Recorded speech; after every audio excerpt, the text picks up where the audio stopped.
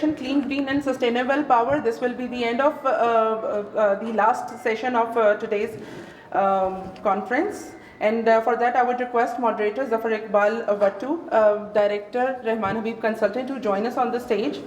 Ms. Maria Rafiq, Chief Law Officer, NTDC.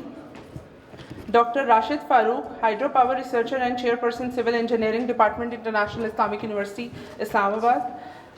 Dr. Salim Sarwar, a Lead Hydrologist, SMEC. Dr. Amjad Masood, Senior Scientist, Global Climate Change Impact Studies Center. Bismillahirrahmanirrahim. Thank you very much. Let's start our next panel discussion on the clean, sustainable hydropower. I will start from my first guest, Dr. Salim Sarwar Sahab.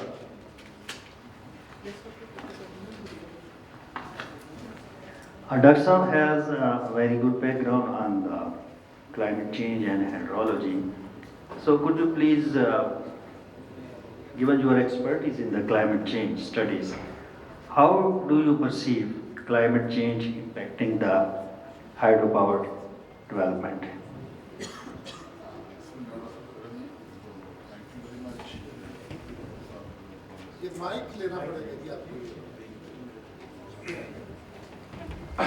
Bismillahirrahmanirrahim. So thank you very much, first of all, for the chair to invite me for this panel, and secondly, that it was a very encouraging, you can say, program that has enlightened us with the hydropower development and especially the challenges. That is the most important thing, that why we are not going ahead. So a lot of things have been considered and have been discussed in length, so hopefully that these problems will be resolved, and our hydropower policy and hydropower development, as this is, you can say, all the house understands that this is the need of the hour, that cheap energy. So that hydropower is, you can say, is the most important or vital part of this one. So regarding climate change and hydropower, so climate change, you can say it has its own dynamics, and especially in water resources, it's a very, you can say its implications, the repercussions are more in the water resources sector, including that hydropower development. I will give just, you can say, recently we are working on that two hydropower projects in the Swat region, that is Gabral Pido projects and Madian hydropower. Gabral, that is 88 megawatt and 210 megawatt. So on 2022 August, what we witnessed, we was on the visit on, you can say, on that particular date on that Swat.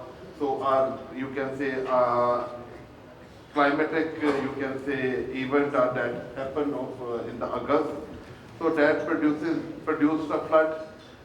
You can say in a very short time what we witnessed, because we was there and we see that just in the matter of 24 hours, that all the Swat Valley that we were traveling, that it was all drowned in 24 hours. So it was, so this event happened, you can say, in the event 12 years time. In 2010 we see that same kind of event in the, especially in the Swat, and this is a 2022.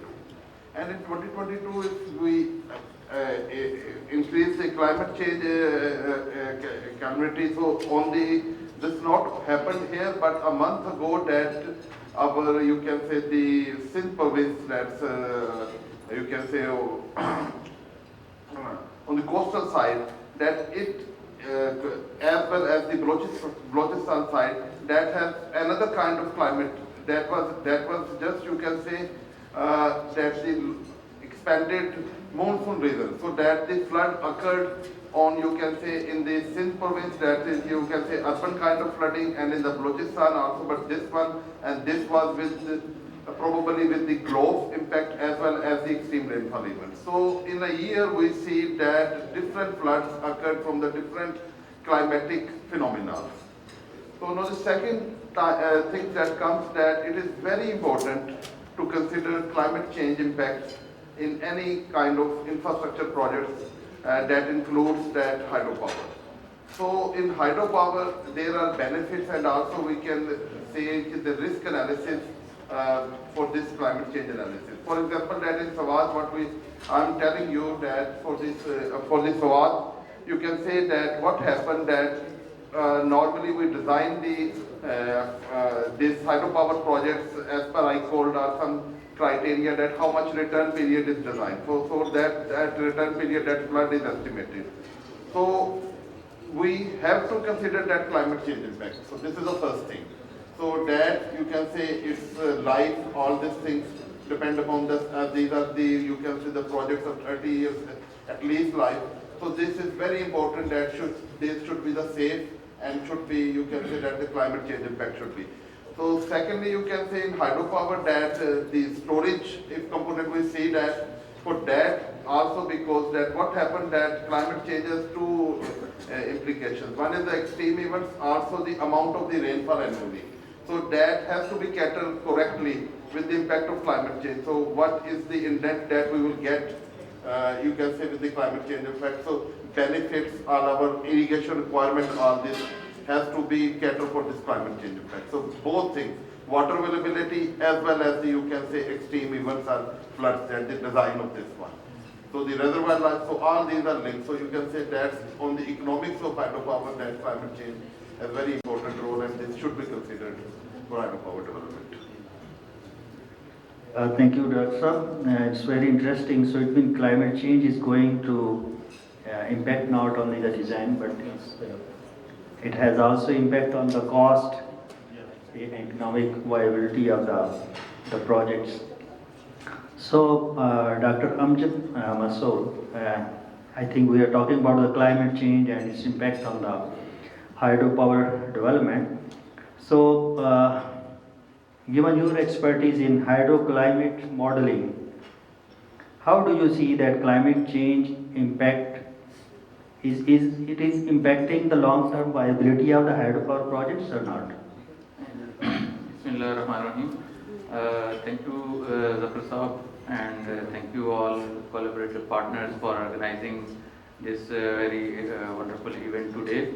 As very rightly mentioned by Dr. Salim about climate change, I would say that climate change is no more a fiction now, and it is already here, and it is here to stay, and it is man-made. And we are the people as we have produced this, and then obviously we have to face and we have to manage the consequences of climate change. And consequences like floods, droughts, and other extreme events, cyclones, hurricanes, wildfires, these are the extreme events we face every year, like 2022, and we face 5 extreme events throughout the year, including floods, droughts, heat waves, and currently in the current year we also face floods and other extreme events. So as far as hydropower projects are concerned, obviously these hydropower projects are linked with the river flows, and when these river flows are directly connected with the climatic variables like temperature and precipitation. So because of climate change, altered precipitation and erratic snow and glacier melt causes the regime change of the flows. So obviously these changes in the flows, which are high variability, year-to-year variability in the flows, which is ultimately damaging the reliability of the hydropowers in our upstream areas. And specifically, I would share my experience with working in climate and globe risk assessment for hydropower projects in Upper Indus Basin. In Chitral River Basin, we did a couple of studies. For that, we did hydroclimate data analysis for the past and for future as well. and also we detected the glacial lake, potential glacial lakes that can be burst and damage the weir side of the downstream areas and power projects. So also with the help of remote sensing GIS, we studied and detected the boulder size and transportation of the boulders, which can be very dangerous to the weir site of the hydropowers, and other than this, we also studied the impacts of landslides in mountainous areas in Chitral River Basin. So all these aspects we suggested to the our clients that these all parameters should be incorporated in the design while designing hydropower project. Yeah, thank you, Dr. Sir. One interesting thing could be that, like, for any kind of modeling, we need a lot of data. Yes. Especially for hydroclimate modeling, we need data. So, do we have reliable data and access to the data while working in Pakistan environment? I mean, in our local environment, when we are doing hydroclimatic modeling.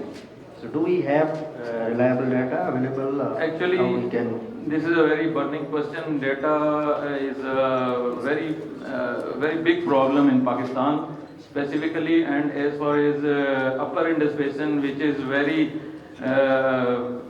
important region for our river flows, and because we are relying, our economy is relying 60 to 80% of water is coming from this Upper Indus Basin, and this is a huge area, but we are only maintaining 20 long-term climate stations, which are very less, and we need to increase this density of climate stations. So even then, it is something is better than nothing, but the problem arises when we see more than 5,000 meter elevation. You see, most of the glaciers are above 5,000 meter, and there is no single station above 5,000 meter for long-term data.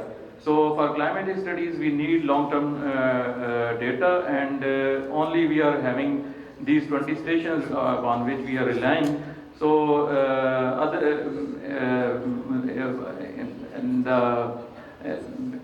we are relying also on remote sensing GIS and satellite imagery and other satellite products when we don't have data.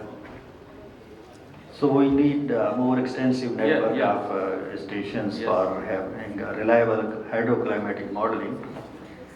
So my next question is to Ms. Maria. She has background in law, and maybe we can discuss something regarding that. How does this current regulatory framework in Pakistan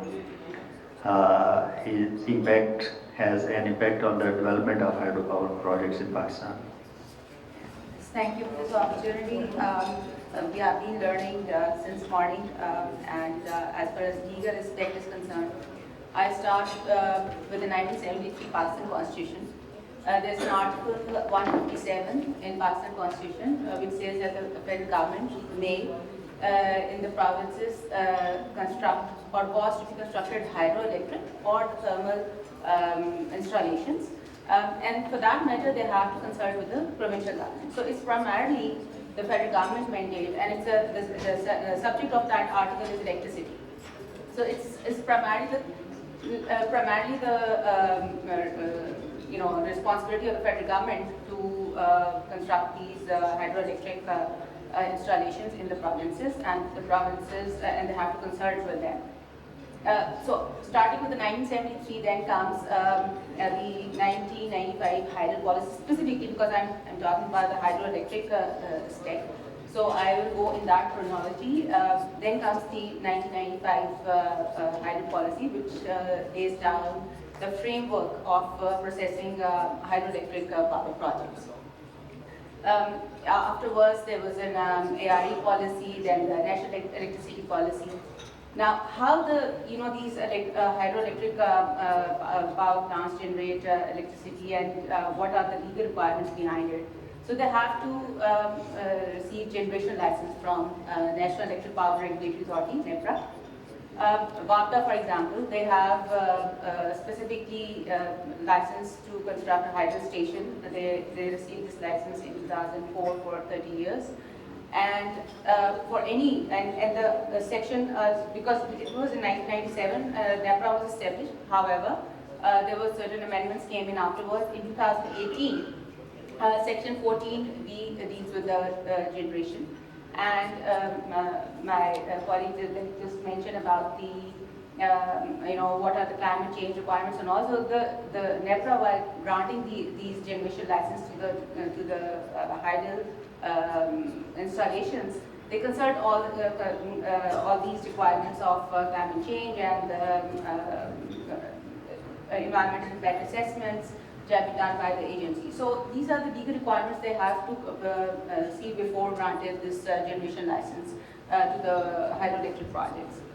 Now, so once the generation license has been awarded, then comes the tariff. So there was a discussion in the, Nawaz Saab has already explained about the PPIB process, so just to shorten considering we have a short time, so I will not go into that, but PPIB details Nawaz Saab very precisely stated, like there is a security package wherein you have to get the implementation agreement for the private sector projects, and PPAs are being signed.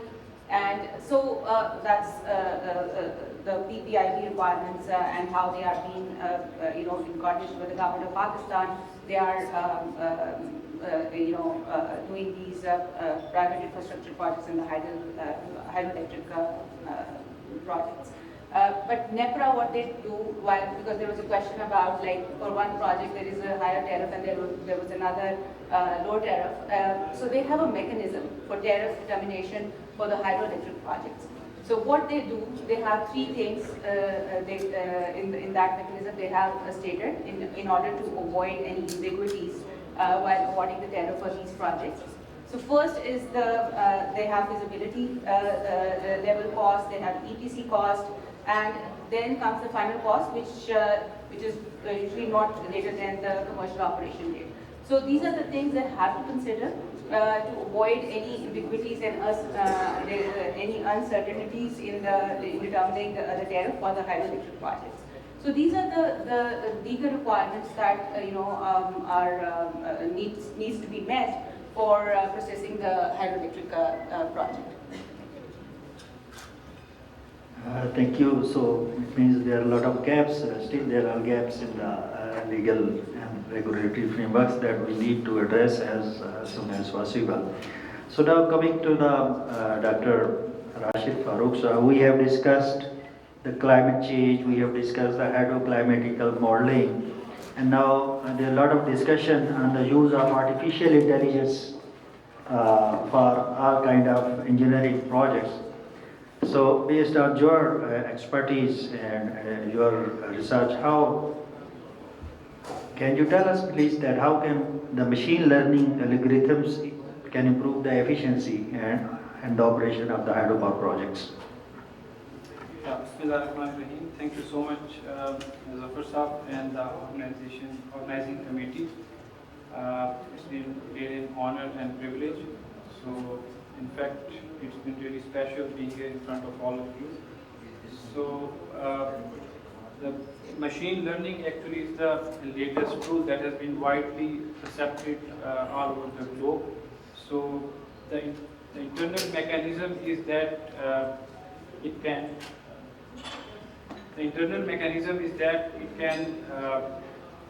can just find a specific problem and find the relevant parameter which are actually influencing that parameter, and then you have to get the previous data regarding the time series data, and it has the different levels, like learning levels. So initially we have the supervised learning, and then at the advanced level we have the unsupervised learning, and then later on we have the reinforced learning.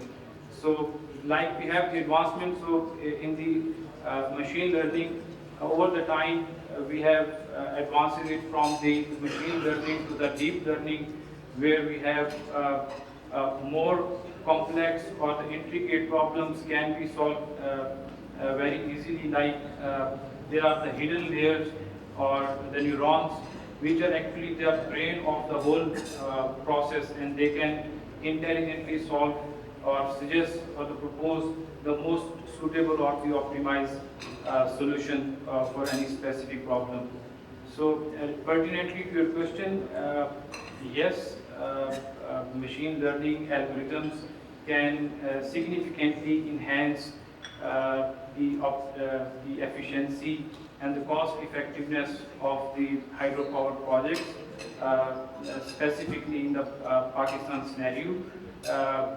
By analyzing the historical data, such as any specific situation, we can these algorithms can optimize the energy production, predicting water reservoirs, and they can optimize the transmission lines, and at the same time they can the different energy patterns and as well. So they can predict the energy patterns as well. So this actually enables us the you can say we can better manage the reservoir. We can better manage the reservoir, reduce the operational cost, and and maximize the power generation. So the integration of these algorithms is actually aligned with the Pakistan energy goal, promoting sustainability and obviously optimize the resources with the hydropower initiatives. Yeah, thank you. A lot of policymakers are also sitting here, and since this artificial intelligence and machine learning or algorithms may be a very new concept in the context of Pakistan for the hydropower development. So do you have any, and based on your research findings, do you have any kind of policy recommendations for this? Yeah, definitely, because we have been research regarding these tools in abroad in Pakistan recently as well. So the first thing is that the access to the data is very pertinent. Like just with a one click, if you can go to the any website of the developed countries, you can access all the hydrological, all the meteorological parameters. Just with a one click, you can have the access. And the data is like you have the hundreds years data of each parameter. You can have the access, and the data are reliable and they clean. So one thing is that we should make the data available at a source where everybody can have the access, and they can analyze and after getting that data. And then I would suggest that the industry and the academia collaboration is the most important nowadays. I think the industry is actually or you can say the academia, because I'm from the academia, so I would take it on my side that they are working on their silos. So we are moving with a tunnel approach and not having the you can say the real world challenges, or they are not engaging the industry problems. So we are moving with in our domain and focusing on our research rather than solving the local problems.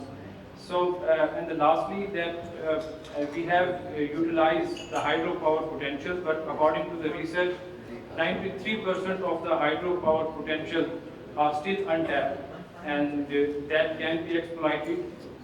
So, for that, we have the different artificial intelligence or the machine learning techniques, like multi-criteria decision making, and nowadays we are working with Australia where we can opting for the hybrid model where we have the merger or the coupling of the different models like RF, random forest, or the decision tree. We are coupling it with the different models so that we can further make our prediction more accurate. And for that, I would suggest that such kind of the trend of the artificial intelligence should be, you can say, operated by the R&D department of each organization so that we can have a better solution of the problems. Thank you. It's very interesting. Like already, Dr. Amjad, he was mentioning about the data scarcity and the importance of more and more gauging stations. And you have also pointed out that even if we have data, we don't have the access. And if we want to really go to the AI solutions, we should have one-click access to all type of data which are being gauged, and also we need more extensive data. Now I will move to Dr. Salim Server, and I will ask that how important the flood forecasting is in the context of hydropower plant resilience. Well, so coming to that flood forecasting, I think it's very important, not just for the planning purpose, but also after the planning, you can say post operational basis. For example, just as we are talking that, especially that if we look into the context of data, so unfortunately we don't have too much gauging station, and also the quality of the data. That is also, you can say, it's also a questionable. The first thing is to have the data. No, by saying this one, you have to go to the flood forecasting. So the most important thing is it is the coupling of two things. Firstly is the data, and secondly is with, you can say, statistical modeling or use of AI or that kind of techniques. So you can do that. Even once I visited Malaysia, so I was, even I think a decade ago, but the way they were doing was was a province that you can say a Sarvik. So that authority that it was looking for, I think 7 or 8 hydropowers, there was 3, I think that you can say multi-purpose and 3-4 hydropower. But just using that, this forecasting, and this one not only the flood forecasting but also after the operation, that how the energy for the next 1 year they were just you can say modeling it, that how the energy it will be available, and secondly that the water you can say indents of that multi-purpose hydropower plants. So that can be done. So you can say that this is the first thing. So first, as I'm telling you, this is after the, you can say, the construction. But for the operation also, you need to have a very good, you can say, flood forecasting system. So if you have to design it. Now again, if you divide it not on the, you can say on the region wise or the valley wise, or this one for, you can say that we must have to do that. Where this, you can say the flood forecasting system, and because especially though, again I will talk to that Swat Valley, as there are a number of proposed projects. For example, you can say that Matlatan and this Kabral Kalam, then there come to this Isar Kadam and many projects, 6 or 7 projects. So these are the cascade studies. So it is very important that we must have that some mechanism, flood forecasting system, that we can, so that in advance we know that this flood is coming and we make the measures for this one, especially that the gate operation and all these things after the construction of the project. So I think so that we must have to do it, and similarly for this Mohammed project and all this one, because these are very, you can say, huge investment has been done. So we have to see it in this aspect that, and this can be done, that with the help of, you can say that statistical models, this observed data, and now there is a lot of satellite data, and that can be used very efficiently to forecast the flood in advance. So we can use this technique and this can be done. Yeah, so you rightly mentioned that with a good flood forecasting system, we can not only have a better operation, but we can avoid a lot of future issues and disasters if we have a good flood forecasting, flood warning system. So, coming to Dr. Amjad Masood, Dr. Considering your work on dynamics of glacial lakes, how do the glacial melts they influence the sustainability of the hydropower development? Uh, Yes, actually, in our upper Indus Basin, these glacial lakes are forming everywhere during summer season, and these are very crucial for the flooding, flash flooding, and outburst floods. I would like to explain the globes. Globes are formed basically by the retreating of glaciers and by the surging of glaciers. So these both phenomena are very common in our upper Indus Basin. So we have observed last year the Shisper Glacier surging, because of which surging of this glacier causes the stream of the Mochuhar Glacier on the other side blocked. And when it receded back, Shisper, the other lake burst, and downstream all livelihoods and a couple of hydropower stations were destroyed. So I think proper detection of such glacial lakes in the upper Indus Basin before selecting the site for hydropower station, hydropower projects, it is very much necessary.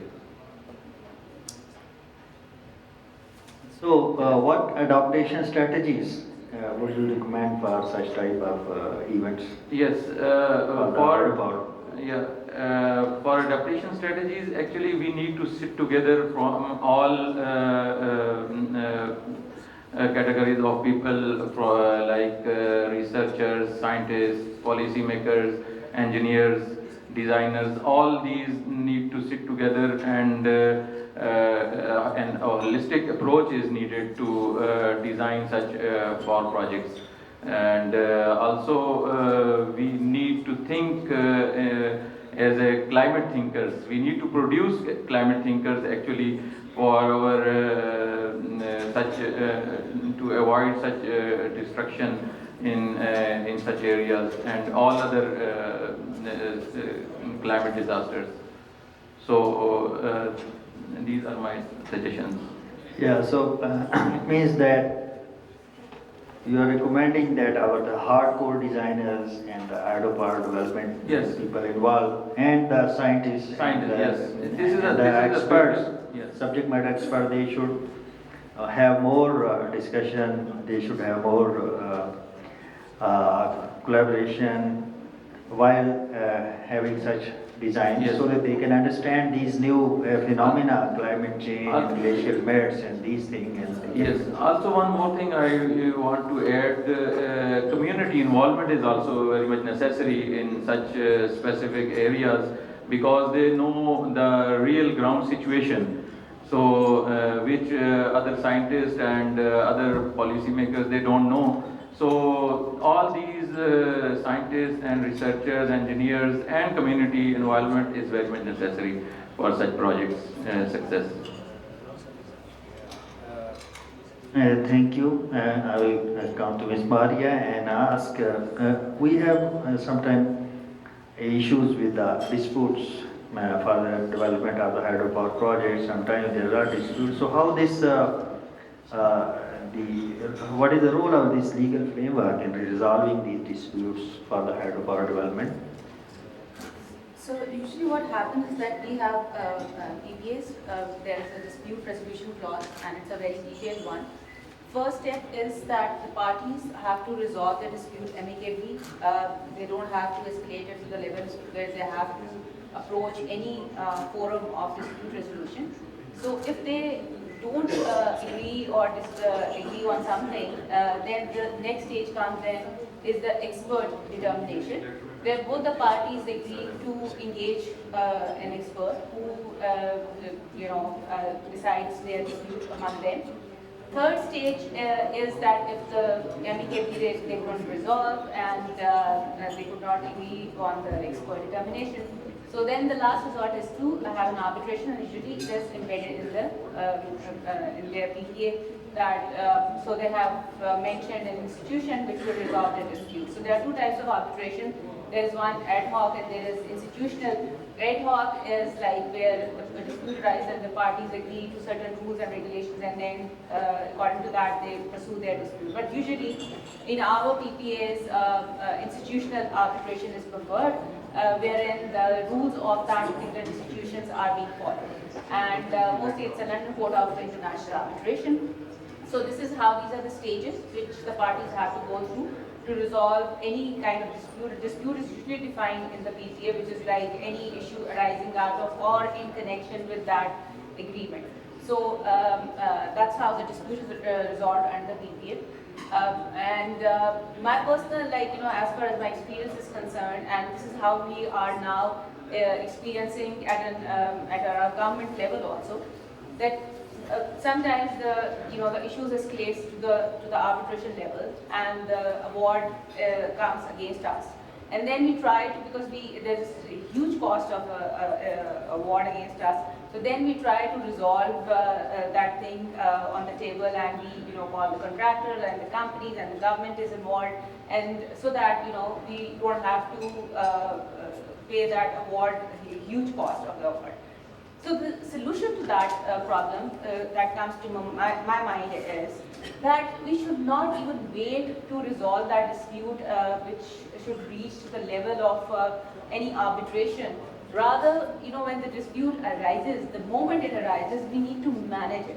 So I personally believe that instead of dispute resolution mechanism, we should have a dispute management system. So that, it shouldn't, that's what we do at the end of the day, when after receiving an award against us, we try to manage it. We try to manage it involving the governments and the head of the institutions. So why not to do this from the very beginning? I have an issue being a lawyer, because these PPAs, they're old documents, and now even the trend, we are not trying to change it. I think it's very important that the lawyers from Pakistan, they should be involved in negotiating these terms and conditions. And even if the firms that have been involved in the past, unfortunately, when I see my NTDC, PPAs, sometimes the parties are not being defined in the PPAs, and they've been held responsible for doing something which perhaps they have performed their part under the agreement. However, they were not party to the PPA. So I think it's very important that these sort of things need to be negotiated, well negotiated. Sometimes not sometimes, but I have seen what we were hearing in the morning about the planning part. In my case, as being a lawyer, I feel like our agreements are not well negotiated. We are always in a hurry just to meet our deadlines and the checklist. Because litigation, the court process starts when your agreement has left those loopholes, and then you go into litigation because your PP or your agreement has not been well drafted. So I think these are the things. I think that's the biggest dispute, even before even the dispute arises between the parties. The dispute is about your agreement is not well negotiated document. Thank you. Session की तकरीबन हमारा अख्ताम के करीब है। इसको मैं अगर इसको कंक्लूड करना चाहूँ तो बड़ी अच्छी और इंटरेस्टिंग डिस्कशन हमारी रही है।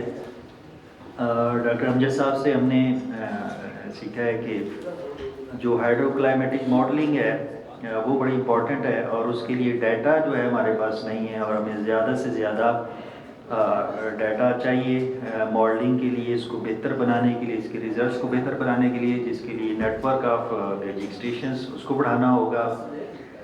डॉक्टर सलीम साहब से हमने ये सीखा है कि जो हमारी फ्लड फोरकास्टिंग वो बड़ी इम्पॉर्टेंट है कि जिससे ना सिर्फ हम अपने ऑपरेशंस को बेहतर बना सकते हैं बल्कि इसको डिज़ास्टर्स को बहुत से डिज़ास्टर्स से हम बच सकते हैं।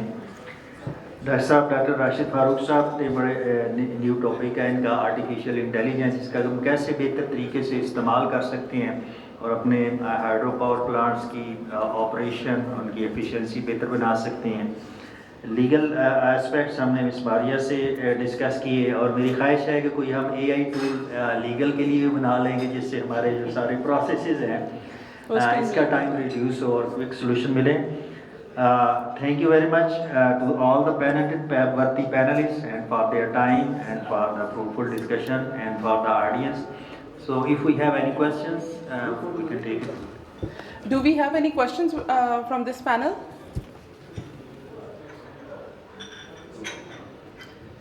I think it was very well explained that no one has questions. I have last suggestion. Yes, please. Yes, sure. Yes, please. Sir,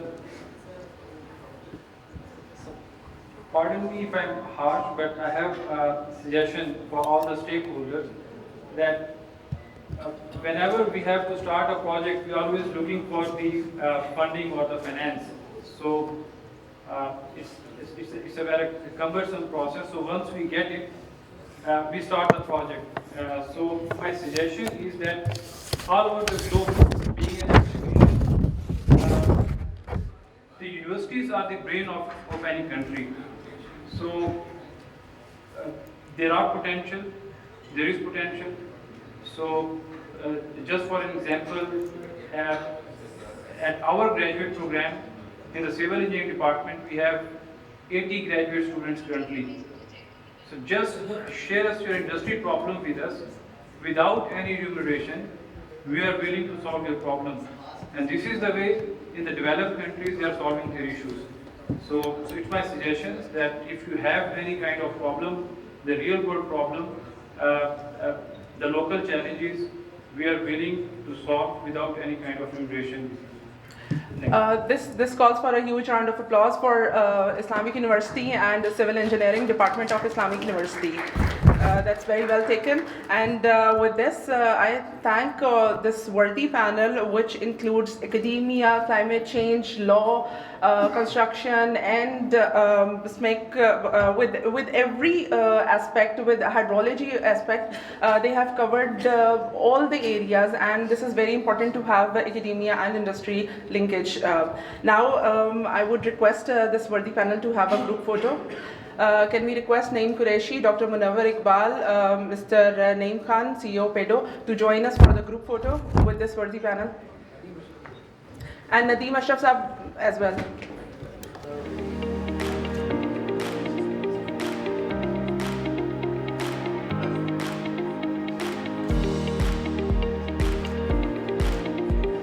I request Mr. Naeem Khan, CEO PEDO, to give away these mementos to our standard. First, we have the moderator, Mr. Zafar Iqbal Bartu, and I would request the audience to please have a huge round of applause for him. He conducted it very well. Maria Rafiq, Chief Law Officer, NTTC. Dr. Rashid Farooq, Hydropower Researcher and Chairperson, Civil Engineering Department, International Islamic University, Islamabad. मेरा ख्याल थक गए हैं हमारे 5 बज गए हैं और बहरहाल जी today session was quite interesting and effective as well. Since morning we listened about the development of hydro and good things about the success stories, and obviously with the later part of the day was highlighting some issues as well. So Karot project was discussed in the morning. Then private sector and public sector investment portfolios were discussed. The WAPDA participation in hydro, PPIBs and PDO's participation in hydro, all those were very encouraging. Long-term benefits of hydro were discussed, particularly its CIP and CSR, and obviously the aerial development, its sustainability, And in short, almost all quarters were at least unite on the benefit of hydro and need of continuity of its development. Obviously, some area was also highlighted in a panelist discussion that obviously the base load part will have to be met through some other source because hydro is not a fully load, I mean the base load source. From the policy prospects, the regulatory interventions, some unease was shown, particularly the interventions, regulatory interventions which were not initially envisaged when the project was started, but later on that was introduced between the processing. So obviously that I must say that that those interventions from the government must be or for a good thing. Obviously that is from the perspective of planning, because in the 2 days discussion the shortcoming of planning was also highlighted. And then from the panel discussions, that was a good discussion from the perspective of a new technology, the artificial intelligence, obviously from the the legal perspectives, investment aspects, dispute resolution, which is dispute management. The Ms. Maria highlighted this aspect. So I must say that all these discussions must be in our brains for some time, and obviously while making a decision, deciding something for it, we will and we must keep in mind. With this, आपका बहुत बहुत शुक्रिया, आप सारा दिन हमारे साथ रहें, और इस एनर्जी अपडेट की टीम का भी बहुत बहुत शुक्रिया कि हम तमाम इतने सारे ब्रेन्स को एक जगह के ऊपर लाके हमें एक अपॉर्चुनिटी दी कि हम एक दूसरे से इंटरेक्ट करें, अपने आइडियाज़ शेयर करें और एक दूसरे से लर्न करें. बहुत बहुत शुक्रिया. With this, this event concludes, and see you all next year. The tea has been served. Kindly have a hot cup of tea. Thank you for being with us. Thank you very much. We are closing with one of the video from SK Hydro.